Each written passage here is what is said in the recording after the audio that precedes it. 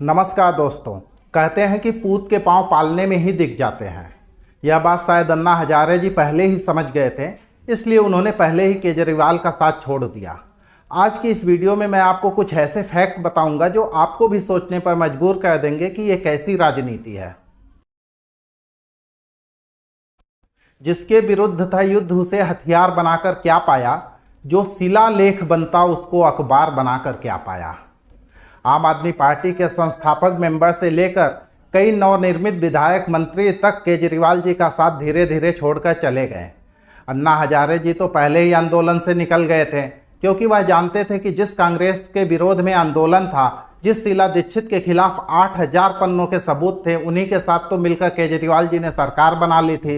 इसलिए अब अगर यहाँ रहा तो लोगों की गालियाँ ही पड़ेंगी। और कुमार विश्वास को तो सिर्फ इसलिए निकाल दिया गया क्योंकि उन्होंने सेना के समर्थन में जो बोल दिया था। दंड कहां तक पाला जाए, युद्ध कहां तक टाला जाए, तू भी है राणा का वंशज, फेंक जहां तक भाला जाए। अगर नीरज चोपड़ा कल को बोले कि वह महाराणा प्रताप के वंशज हैं तो लोग मान भी लेंगे, लेकिन जब ये लोग बोलते हैं कि हम महाराणा प्रताप के वंशज हैं, तब अगर आज महाराणा प्रताप जिंदा होते तो इन स्वयं घोषित अपने वंशजों को सबसे पहले तो खींच के एक थप्पड़ मारते, या हो सकता है कि वो भाला भी फेंक के मार देते हैं। ये वो लोग हैं जो अखलाक की मौत पर नोएडा में जाकर प्रदर्शन तो कहते हैं, लेकिन दिल्ली में अंकित सक्सेना की मौत पर चुप हो जाते हैं। ये वो लोग हैं जो गुड़गांव वाले झगड़े को भगवा आतंकवाद का रंग दे देते हैं, लेकिन दिल्ली में ध्रुव त्यागी की मौत पर चुप हो जाते हैं। दरअसल सही मायनों में ये वो लोग हैं जो हिंदू मुस्लिम को आपस में बांट रहे हैं और अपराधी को उसके धर्म के आधार पर सपोर्ट या विरोध कर रहे हैं। ये बंद कराने आए थे तवायफों के कोठे, मगर सिक्के की खनक देखकर खुद ही बैठ गए।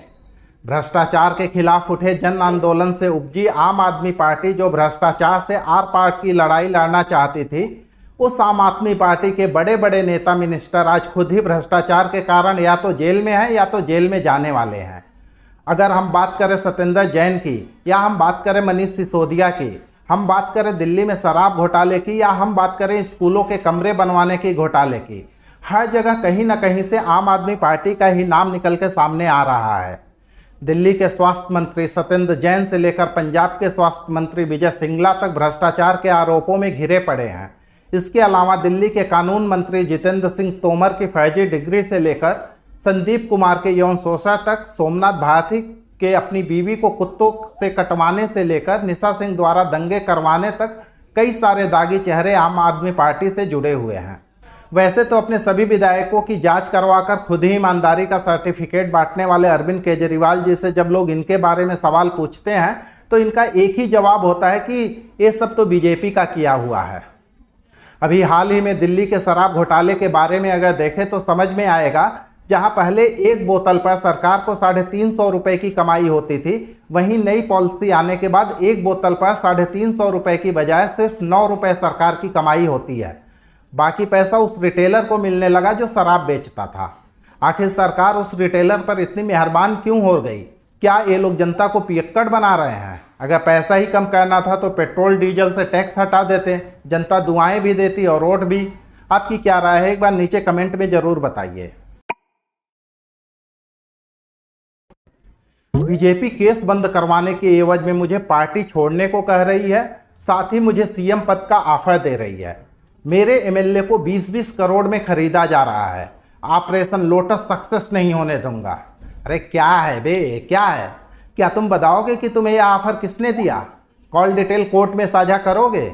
बात बात पर सर्जिकल स्ट्राइक का सबूत मांगने वाले, क्या तुम इसका सबूत दोगे, या अपने मुंह से ही अपने एमएलए की कीमत बता रहे हो?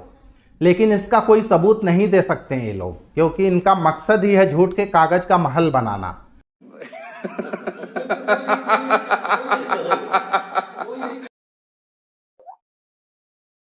चाहे दिल्ली में पानी की समस्या हो या सरकारी स्कूलों की खस्ताहाल हालत, चाहे दिन प्रतिदिन घाटे में जाती डीटीसी हो या डॉक्टरों और दवाइयों से जूझते सरकारी अस्पताल, बेशक दिखाने लायक काम ना किया हो, लेकिन उसके एड एक छोटे से गांव से लेकर न्यूयॉर्क तक में आते हैं। वर्ल्ड क्लास शिक्षा मॉडल कहने के लिए तो दिल्ली में है, लेकिन अभी सीबीएसई के रिजल्ट में दिल्ली टॉप 10 में भी जगह नहीं बना पाए। अगर दिल्ली का शिक्षा मॉडल इतना ही अच्छा होता तो इतने सारे कुकुरमुत्तों की तरह उगे हुए प्राइवेट स्कूल जो मनमानी फीस लेते हैं वो नहीं चलते। हर कोई अपने बच्चे को सरकारी स्कूल में ही डालता, क्योंकि प्राइवेट स्कूलों की फीस देना हर किसी के बस की बात नहीं है। लेकिन लोगों को पता है कि असलियत में सरकारी स्कूलों में शिक्षा का मॉडल क्या है, इसलिए लोग अपने बच्चों को प्राइवेट स्कूल में पढ़ाने के लिए मजबूर हैं। साथ ही अगर हम बात करें सरकारी अस्पतालों की, तो उसकी हालत और भी खराब है।